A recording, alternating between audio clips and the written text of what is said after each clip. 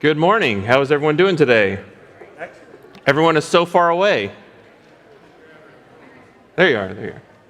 Well, good morning. I appreciate you all being here. It's Friends Day. If you are a friend, welcome. Glad to have you. We will look forward to getting to know you after classes and after our services this morning.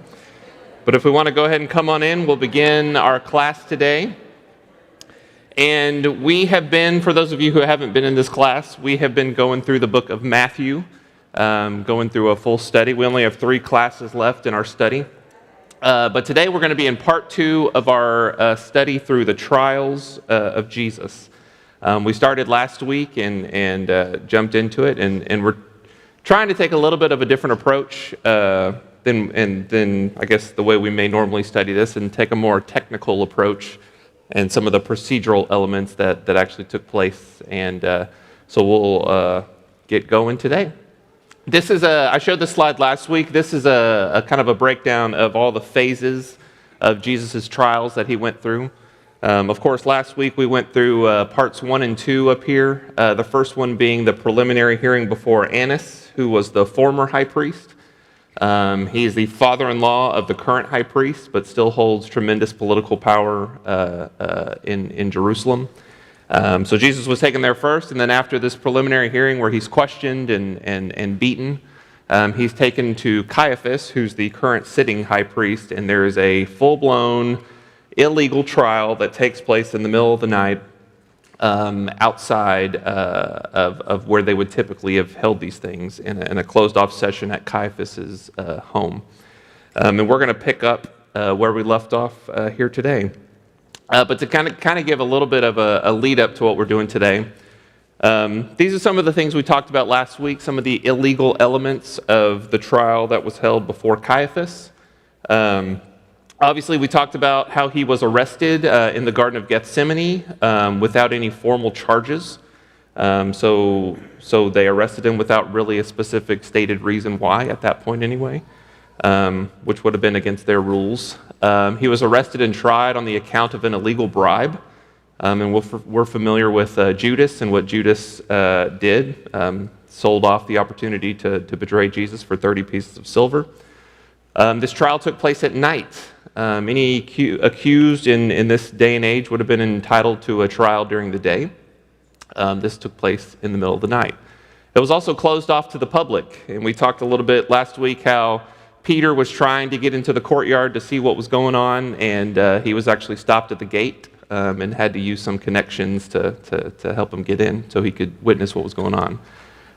There was no arraignment. Still, again, no charges brought when they arrested him, no charges brought when they were trying him, so they were trying to come up with charges on the spot. Eventually, they had 2 false witnesses come forward, but those 2 witnesses did not agree, and that was important because of the law, which basically said if you're going to convict somebody of something, that you had to have at least 2 witnesses to support that. So there were 2 witnesses, but their testimony did not agree with one another. We talked about how Jesus was compelled to testify against his own interest, which is a concept that we are a little bit familiar with today with the kind of the plea of the fifth that we call it here in the U.S. But he could not, under their rules, he would not be able to be compelled to testify, but Caiaphas demanded that he testify. And also, the last thing up here is it would have been against their procedures to convict somebody based solely on someone's confession, which is essentially what they did.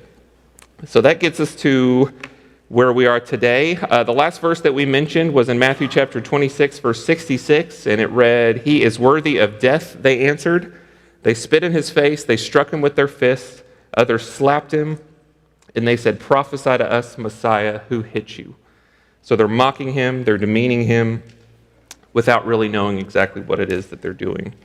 Mark's account says they all condemned him worthy of death, implying that it was in fact unanimous. But again, this was the first hearing that took place. This probably would have concluded early morning hours, sometime around maybe 3 a.m. or so. We're not exactly sure, but it was still in the middle of the night. Now, if you're in Matthew, if you flip directly over to the next part of this will get you into chapter 27.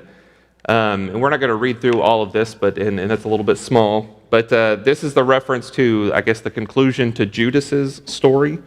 We know that Judas betrayed Jesus, but after this initial trial, he seems to be, as it says, seized with remorse, and he went to go return the 30 pieces of silver, not feeling like he could live with the guilt. And he throws it at the chief priest's feet, and they basically mock him to some degree and say, well, we can't really do anything with this money because it's blood money. We can't put this in our treasury. So they go and, as it says in verse 10, they use the funds to buy the potter's field, which is a really interesting addition because of some prophecies that take place in Jeremiah chapter 19, is mentioned in the bottom part there, as well as in Zechariah chapter 11. There's a prophecy that the 30 pieces of silver would be used, and it would be there was a reference to the potter's field. So that gets us into this third part of the trial phases. And we're going to go over to Luke chapter 22. So in Luke chapter 22, verse 66, it begins like this. It says, "At daybreak, the council of the elders of the people, both the chief priests and the teachers of the law, met together, and Jesus was led before them. 'If you are the Messiah,' they said, 'tell us.' Jesus answered, 'If I tell you, you will not believe me. And if I asked you, you would not answer. But from now on, the Son of Man will be seated at the right hand of the mighty God.' They all asked, 'Are you the Son of God?' He replied, 'You say that I am.' Then they said, 'Why do we need any more testimony? We have heard it from his own lips.'" So Luke's account here mentions that this phase takes place at daybreak. And that's an interesting, or not an interesting, but it's a kind of crucial part of all this, because we know that the initial trials and all that was happening in the middle of the night. So now we have another event happening at daybreak. And the words in the Greek literally just mean, first light. This is essentially what we're talking about. So at daybreak, they meet for another session. And why do you suppose? So they already went through this whole trial with the Sanhedrin. They voted unanimously to convict him. Why do you suppose they need to meet again? And this would have been several hours later. On one hand, I think they probably wanted to reconvene during the day to have some form of legitimacy, or at least the appearance of legitimacy. Clearly, everything that has taken place so far is not legitimate, but I think in their minds, hey, let's meet one more time. We'll do it during the day, and we'll have the appearance of a legitimate trial. This event, we don't know specifically where it took place. It's presumed that it took place at the Temple Mount, in the chamber, what they call the Chamber of Hewn Stones. This would have been where the Sanhedrin would have typically met, but we don't know for sure. But the second reason, I suspect, is that they had very specific rules about not being able to pass a guilty verdict the same day as the announcement of the verdict. And I'm going to explain that. So essentially, the way that their procedures would have worked, if under normal circumstances, you would have had a trial, public trial. You had the public would have been in there, and then whenever the close of the evidence took place, the witnesses were done. They would send everybody outside, and the council would convene to a ballot vote. There's about 70 some odd council members that would have gone to the vote. If a majority, and all you needed was a majority to go one way or the other. So if a majority voted to acquit, so if a majority of the council thought that this individual was innocent, and they voted that way, the trial is over. We're done, you're exonerated, everybody goes home. However, if the majority voted to convict, so a majority of the council members thought this person was guilty, they had a different process. And essentially what they had to do is they had to adjourn, or they would call a recess, I guess as we would call it, and they would go home for a day. So they couldn't actually announce a final guilty verdict on the same day. They actually had to adjourn and wait till the next day. Some sources I read even said maybe up to 3 days. But the judges would go home. They were not allowed to occupy their minds with business. No business pursuits, no social activities. The whole design behind this is to reflect on the case, reflect on the evidence, devote their time to consideration of the evidence, and return the next day to vote one more time. And again, the goal of all this is to give an opportunity to find some additional points in favor of the defense. Again, they had a whole structure put in place that was kind of geared towards assisting the accused of some type of innocence. And as we talked about last week, the reason for this was because the council fulfilled pretty much all the roles of a typical courtroom setting. We have our in our minds of what a courtroom setting looks like, and you have the judge, you have the jury, you have the defense counsel, you have the prosecutor, and they're all different people. Under their setup, the council pretty much served all these roles simultaneously. So they had to have a little bit of a checks and balances system in order to ensure some level of fairness. So they were supposed to break, take time to consider, and then come back the next day. And then at the second ballot, they would vote one more time. And at the second ballot, if on your first ballot you voted to acquit, so on your first ballot you voted, you thought the individual was innocent, your vote was locked. You could not change your vote. However, if you voted to accuse and convict, you had the opportunity to change your vote if you wanted to. And during this interim period of time between the first ballot and the second ballot, you're still presumed innocent because you had not yet been proven guilty. So it seems that the chief priests are, at least in their minds, convincing themselves that they're following some level of procedure right. They're not waiting for the full day. They're waiting a couple hours, essentially. But they do it at daybreak for this second ballot. So after all the chaos of this initial nighttime proceeding, where they voted to accuse unanimously, they come back together one more time, and presumably it's another unanimous vote, although it doesn't explicitly say. And it just says that they bound him and led him off to Pilate. Mark chapter 15, verse 1 says this: "Very early in the morning, the chief priests and the elders and the teachers of the law and the whole Sanhedrin made their plans. So they bound Jesus, led him away, and handed him over to Pilate." So we're familiar with Pilate to some degree. We've heard this about this guy. He's very essential to the story. But I want to talk a little bit about Pilate and who he was. We see him in Scripture referred to as a magistrate, a prefect, a governor. He's essentially the Roman overseer of the region. So he's the one with ultimate control, but again, his control is subject to his bosses in Rome.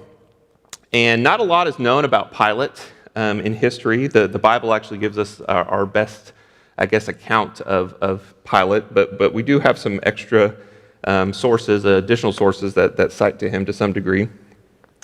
But I've read a lot of leading up to this class. You go and read, through commentaries, and you read different people who have their thoughts and opinions about these things.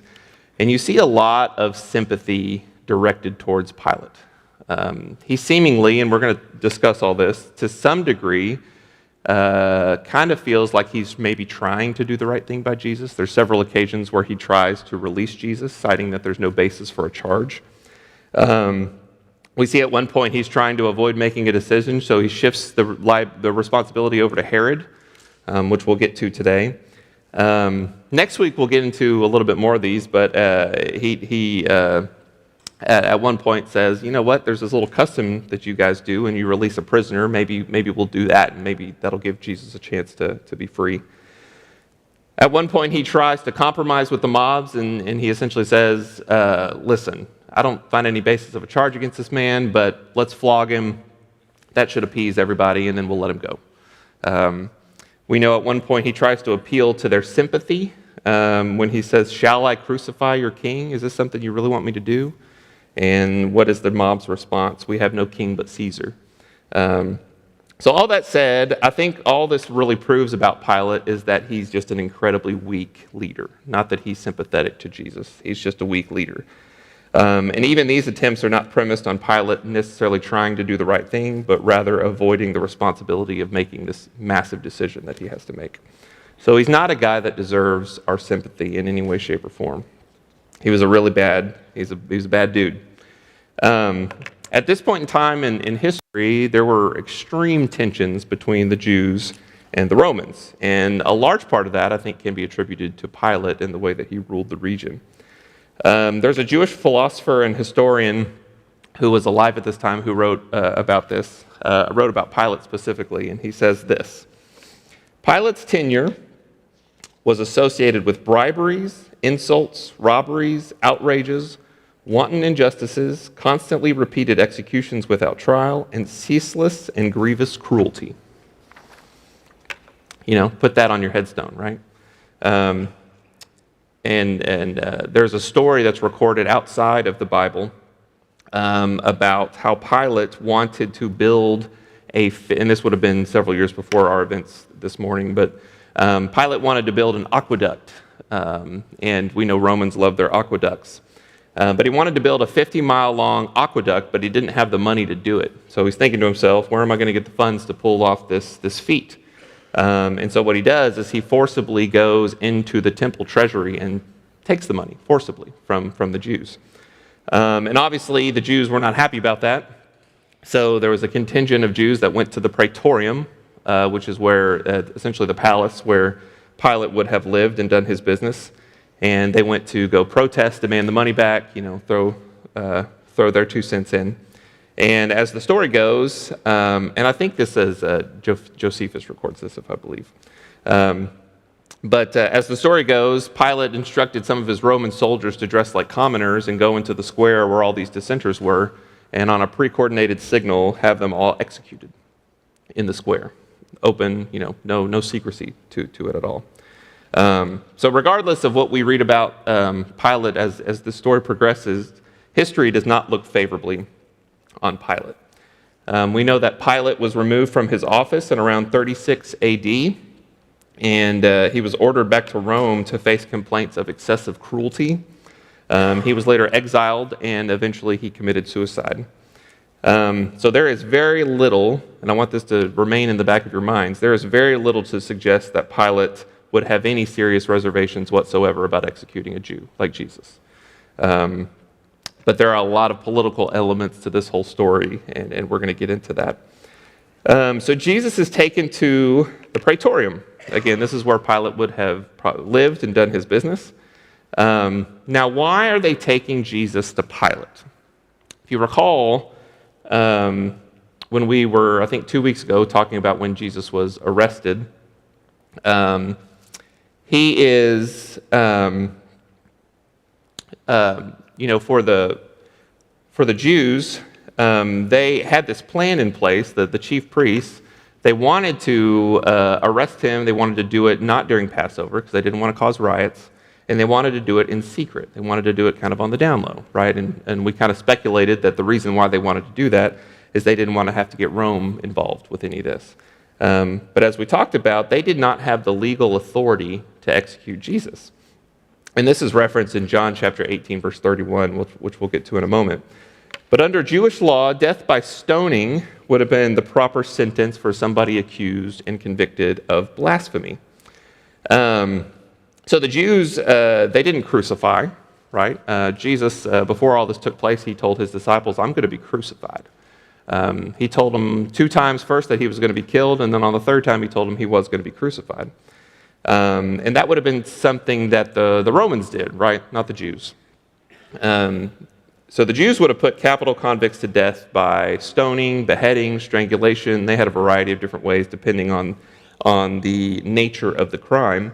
But for blasphemy specifically, it would have been death by stoning. But only the Romans had the power to pronounce and carry out a death sentence. So the Sanhedrin, all they could really do, the only power they had was to go through their trial and essentially bring their charges to Pilate, or the Roman governor, for some level of review. And then it would have been Pilate's job, the governor's job, to actually take this up as a new case. So essentially, it wouldn't necessarily be his job to get into the waters on what the initial trial, the details of that. He would have been concerned about what the charges are, so that he could review it, do his own testimony, interview his own witnesses, something like that. So in Matthew, this is Mark's account. Matthew's account says, early in the morning, all the chief priests and the elders of the people made their plans how to have Jesus executed. So they bound him, led him away, and handed him over to Pilate, the governor. All right. So that takes us over to John. And I probably should have said from the get-go, if you are visiting or this is your first time in this class, It may have been a little bit misleading for me to call this a study of the book of Matthew because we're jumping all over the place. But I think it's pretty important that we talk about all the different accounts when we're talking about these trials, because there's a lot of specific details that not all of them hit on. So John chapter 18, verse 28 says, "Then the Jewish leaders took Jesus from Caiaphas to the palace of the Roman governor." That's Pilate. "By now it was early morning, and to avoid ceremonial uncleanness, they did not enter the palace because they wanted to be able to eat the Passover." So having gone through everything, this has been an action-packed several hours leading up to starting with the arrest in the garden. And they've gone through this entire sham of a trial in front of the Sanhedrin in the middle of the night. He's convicted of blasphemy under Jewish law, and then he's led before Pilate. Now, the New King James Version, just for a comparison, John chapter 18, verse 28 in the New King James says, "Then they led Jesus from Caiaphas to the praetorium, and it was early morning. But they themselves did not go into the praetorium, lest they should be defiled, but that they may eat the Passover." And that phrase just really stands out to me, lest they be defiled. So they were willing to do everything that they've already done, but essentially they were willing to coerce false testimony from witnesses in order to commit what I'm going to call judicial murder. That was their intent. They wanted to murder Jesus. So they go through all of this process, all of these trials, coerce false testimony to commit judicial murder, but they are unwilling to set foot in a Gentile's house during Passover, lest they be defiled. And that is staggering to me. It just goes to show, and I would, you hear people say this a lot, people haven't changed a lot over the years. So we still have people like this today. But it just goes to show the lengths that people will go to convince themselves of their own self-righteousness. These guys were willing to do just about anything in the book to get Jesus executed, but this was a step too far. But also consider how inconvenient this would have been for Pilate. I don't know all the ins and outs of how this would have went down, but I kind of halfway suspect, this is early in the morning, I kind of suspect that Pilate, he might have been asleep. He has one of his servants knock on the door. "Sir, we have a little bit of a problem." "Well, what's the problem?" "Well, you got all the high priests outside, the chief priests, and they want to have someone executed. They need you to come weigh in on the matter." "Okay, well, fine, whatever. I get it. It's my job. Tell them to come in." "Well, they don't want to." "Well, why not?" "They don't want to be defiled by you." I can't imagine that's a thought process that was endearing to Pilate. So he must have, at least in some degree, I would speculate, resented this necessity to participate in a matter like this. Moving on to verse 29, it says, "So Pilate came out and asked them, 'What are the charges you are bringing against this man?' Their response, 'If he were not a criminal, we would not have handed him over to you.' Pilate said, 'Take him yourselves and judge him by your own law.' 'But we have no right to execute anyone,' they objected. And this took place to fulfill what Jesus had said about the kind of death he was going to die. Pilate then went back inside the palace, summoned Jesus, and asked him, 'Are you the king of the Jews?'" So again, they take him to Pilate, and the first question out of Pilate's mouth is, "What are the charges?" And that's a really important question. Because as we said before, Pilate's job in this relationship with the Jewish leaders would have been to take this up as a new trial. So he didn't go to the chief priest and say, "What have you convicted this man of?" He says, "What are the charges? So I can investigate this myself and make a determination on my own."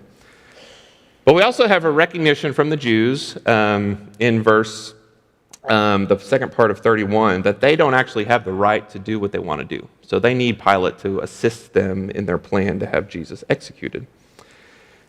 But it seems a little bit apparent that Pilate probably wasn't blind to the fact that there's probably some corrupt circumstances going on. I would think that Pilate was probably pretty smart enough to pick up on that. He's probably recognizing that this is happening under unruly circumstances.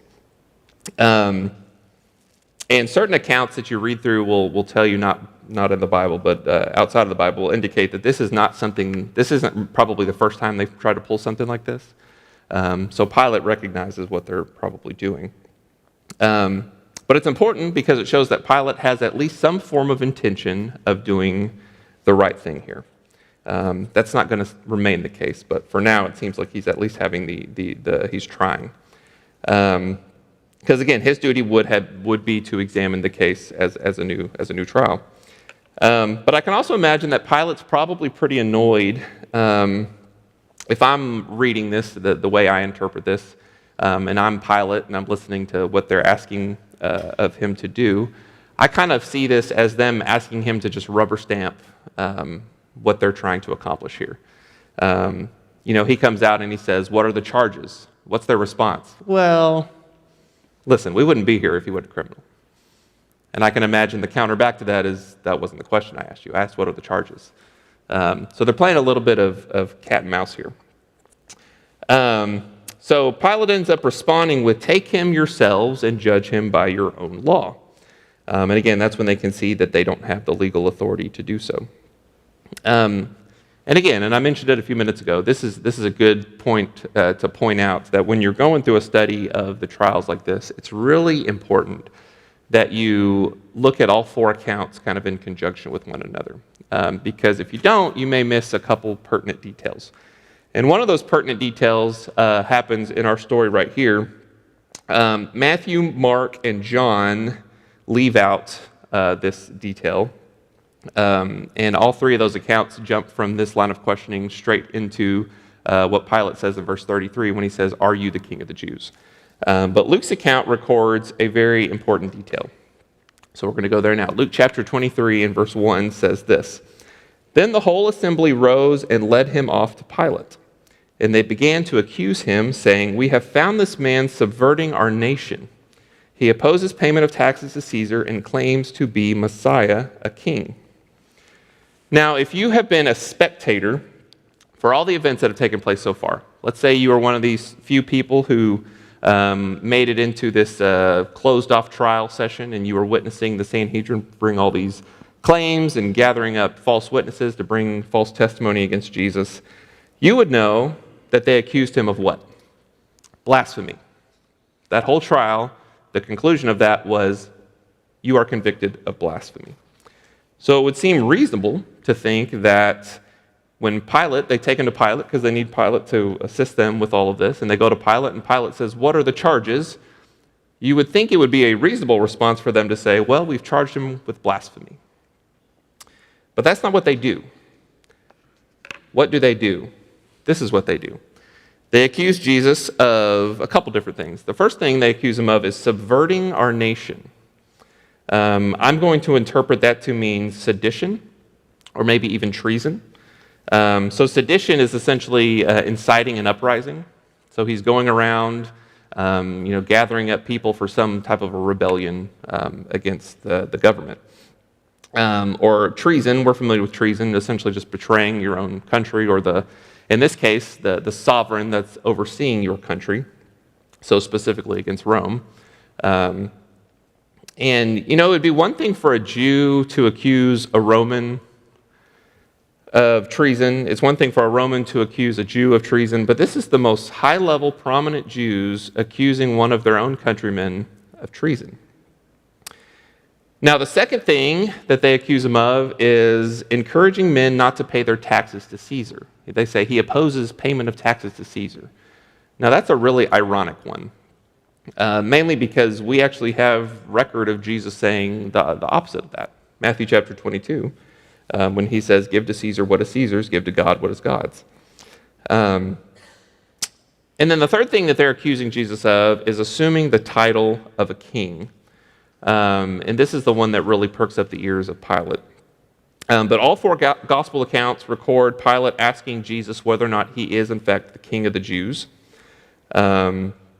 And we have that back in John's account there, in verse 33 down there, it says, "Are you king of the Jews?"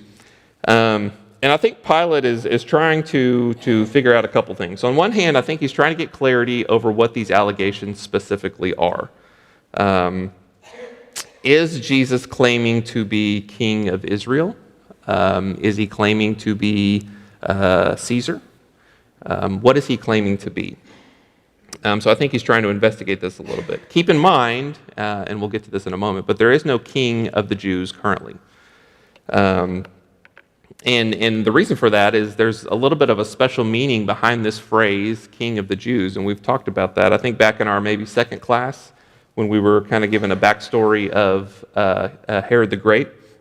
We talked about how prior to Herod the Great, there wasn't a king of the Jews, quote unquote, but then Rome, through the help of Mark Antony, gave this title to Herod the Great. And so he ruled for some time as king of the Jews. And again, that was a title that was given to him. It's not a title that he claimed.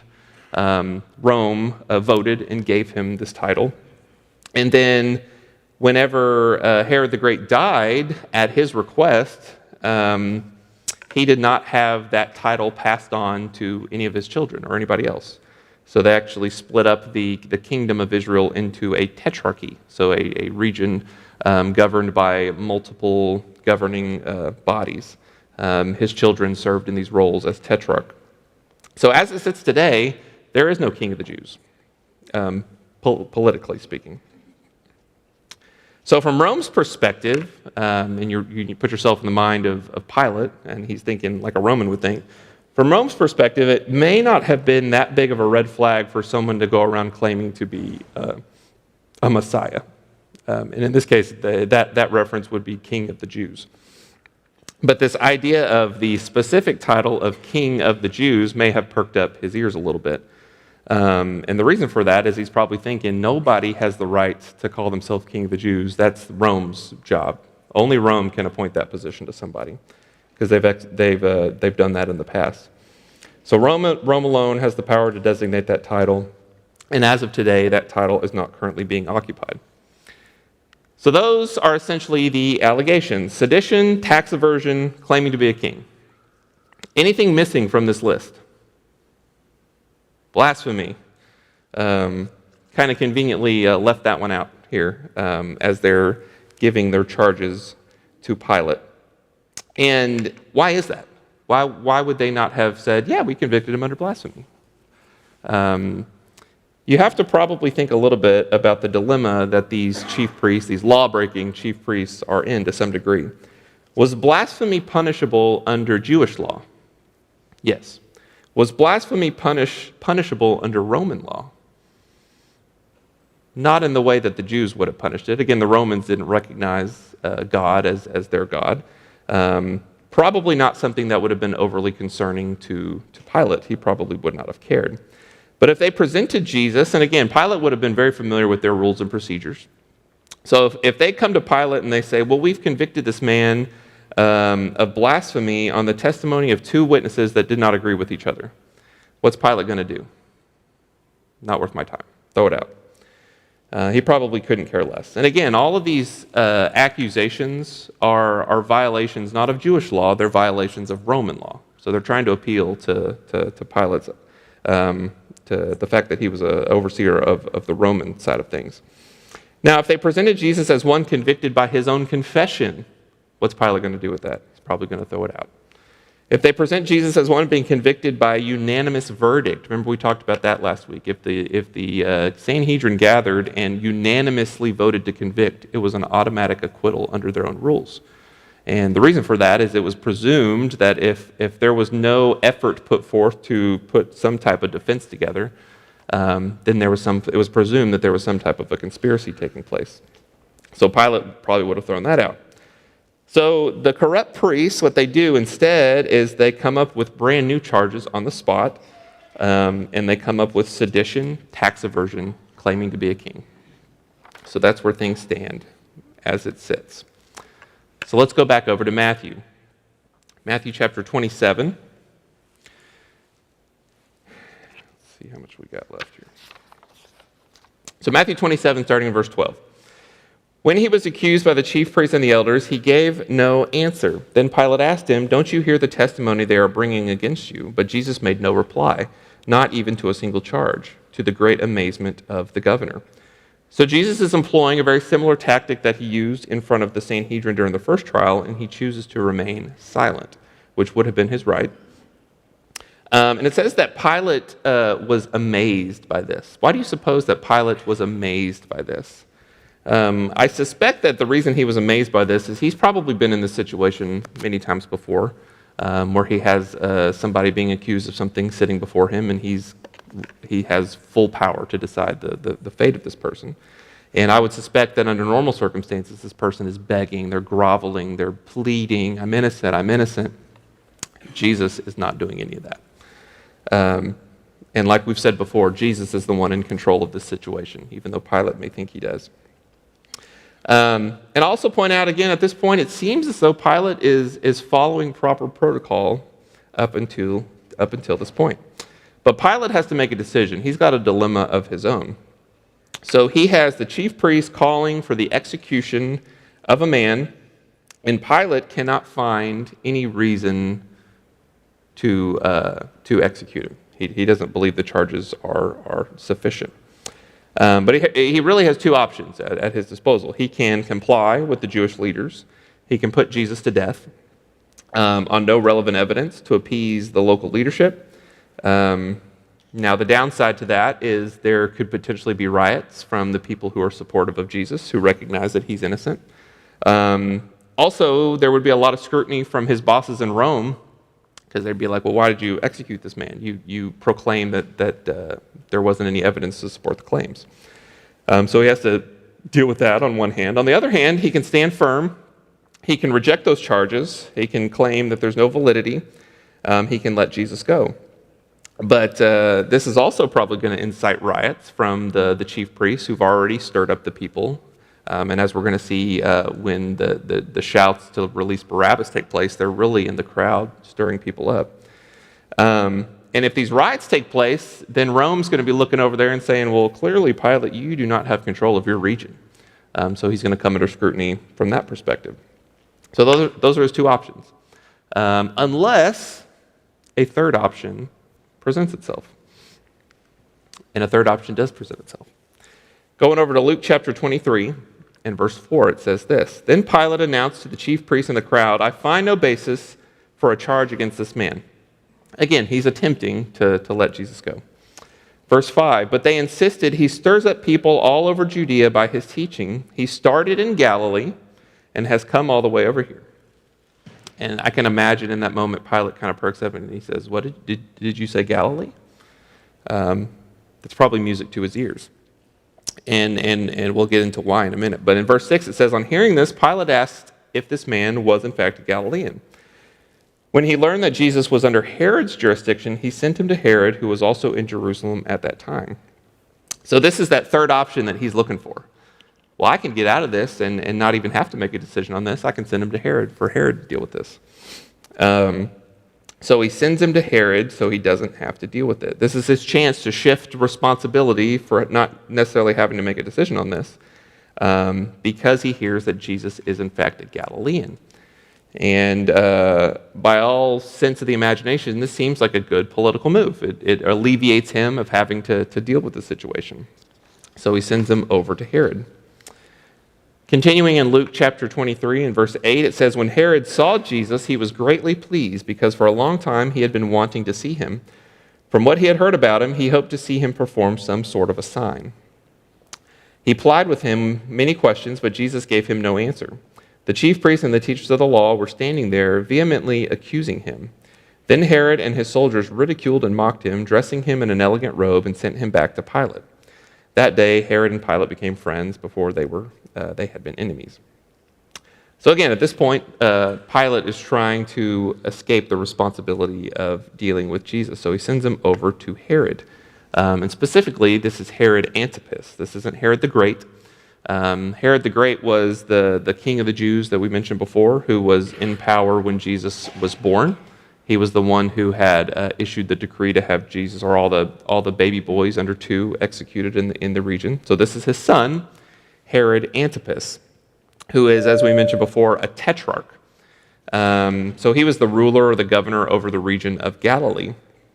And that's why Pilate recognizes an opportunity to send him over to somebody else to deal with. This is the same guy that beheaded John the Baptist. And we talked about that story a few weeks ago. And that's in Matthew chapter 14. And in Matthew chapter 14, verse 1, it says, "At that time, Herod the Tetrarch heard the reports about Jesus, and he said to his attendants, 'This is John the Baptist. He has risen from the dead.' That is why miraculous powers are at work with him." So he's the guy that executed John the Baptist. He hears Jesus going around doing amazing things, and he's like, wait a second, I thought I had that guy executed. I beheaded him, because he thinks that Jesus is John the Baptist back from the dead. And Herod is in town. Why is Herod in town? He's in town because Passover. So a lot of people are coming to Jerusalem for the Passover. And up here in verse 8, it says, "When Herod saw Jesus, he was greatly pleased because for a long time he had been wanting to see him. From what he had heard about him, he hoped to see him perform a sign." So Herod is excited to see Jesus, but why is he excited to see Jesus? Because he wants to see a magic trick. And clearly Herod is interested in seeing Jesus. So when he's dragged from Herod's palace, again, this concept of treason, tax evasion, sedition, whatever you want to call it, are all kind of on the table, but Herod seems unimpressed because he doesn't care about any of that. He wants to see a magic trick. He wants Jesus to engage in a conversation. Jesus is not appeasing him, so it seems that he does not take kindly to that. He had heard about Jesus' teachings. He wanted to question him, but Jesus refused to answer. So it said that they placed him in a white robe and sent him back to Pilate without rendering any form of a decision, because in fact he wanted to see a magic trick. So when he doesn't get this magic trick he was hoping for, he resorts to mockery. And it's also presumed that some severe beating probably took place as well. But it mentions that day Herod and Pilate became friends. That's an interesting detail. It said before they had been enemies, but now they were friends. They had become friends. And that's a really interesting kind of side note to take note of. We had discussed before when we were talking about Pilate that Pilate really went out of his way to make himself an enemy of the Jews. And I imagine that meant not just of the commoner Jew, but also of the other leaders in other regions. But it says that they became friends. And I don't know exactly why they became friends. I suspect they wanted to become friends, or they became friends because they enjoyed the mockery of the whole process. But I think if there's one kind of takeaway from all this is again, it kind of indicates Herod's true nature, or not Herod, but Pilate's true nature. This idea of any form of sympathy to Pilate, I think, is unfounded, and especially we get details like this, and that kind of indicates his true nature in all this. And we're running a little short on time, so I'm going to stop there. But next week we're going to get into the next phase of all this, when Jesus goes back to Pilate for a second time. And again,